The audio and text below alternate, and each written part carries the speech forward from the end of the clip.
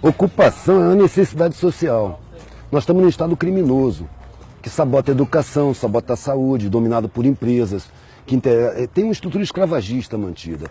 Na minha opinião, a gente nunca viveu numa democracia, isso aqui nunca foi uma democracia.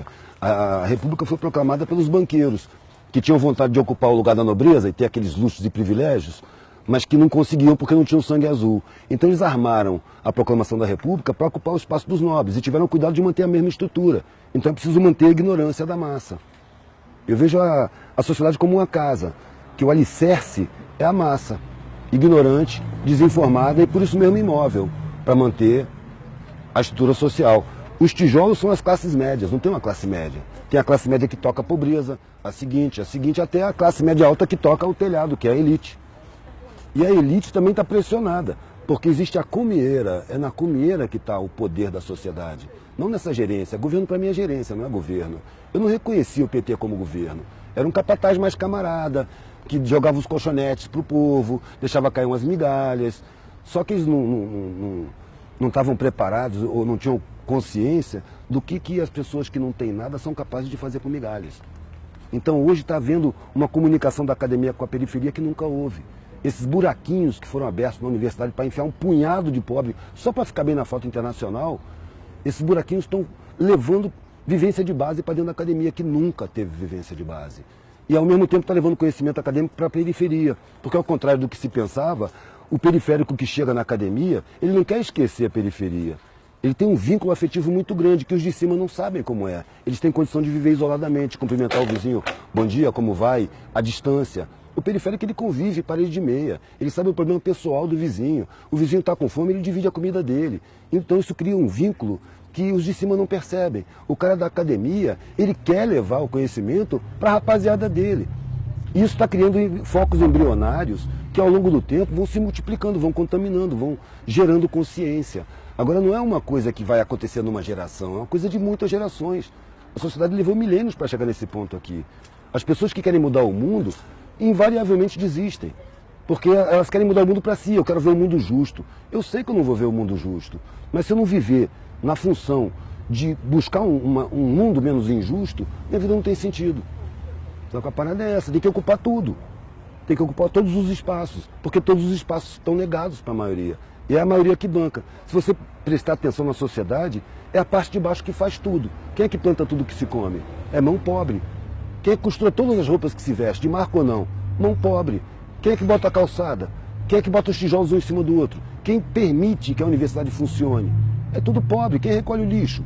Quem cata os feridos e leva para o hospital? Quem recebe no hospital? É tudo pobre. Então os pobres são a base da sociedade. Quem é que liga as máquinas? São os pobres. Aí você pega o sistema tributário. Quem é que financia o Estado? A massa tributária sai do consumo. Então o pobre financia o Estado. Os pobres eles constroem, eles botam para funcionar, eles mantêm, reparam, eles sustentam o Estado. E, no entanto, são enganados, são inferiorizados, são sabotados, têm seus direitos humanos negados, seus direitos fundamentais, sabe? Então, são colocados em uso, como se fossem animais. É ali que precisa tomar consciência, porque é ali que está a força da sociedade. Só que está inconsciente.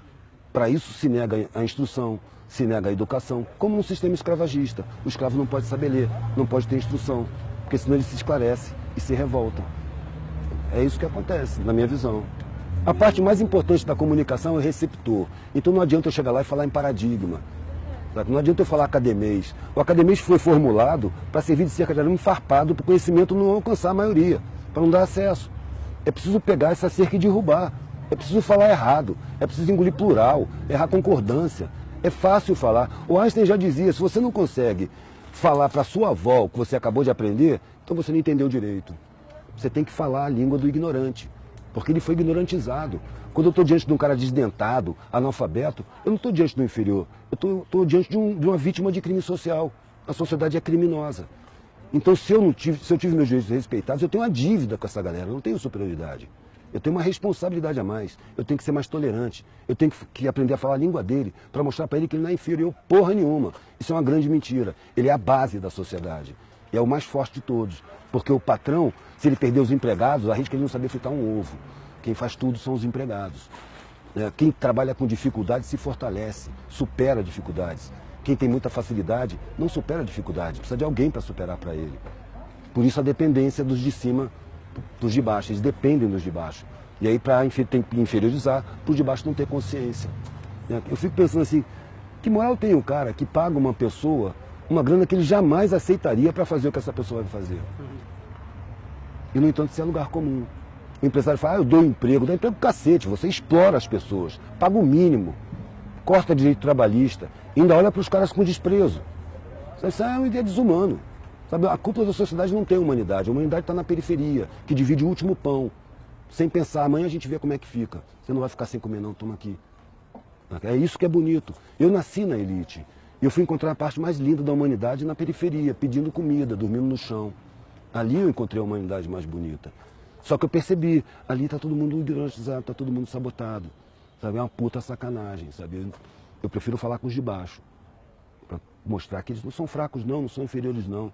Eu paro para botar gás na Kombi velha que eu tenho e pergunto pro cara assim, meu irmão, imagina... Primeiro eu falo com o cara, eu chego lá, o cara fala, ô patrão, eu já fiz alguma merda, mas me desculpa aí, o que eu fiz? Eu falo, não, por quê? Tá me xingando, velho, patrão. Patrão é um parasita, velho, que trepa nas tuas costas, vive às suas custas, diz que tu que vive às custas dele.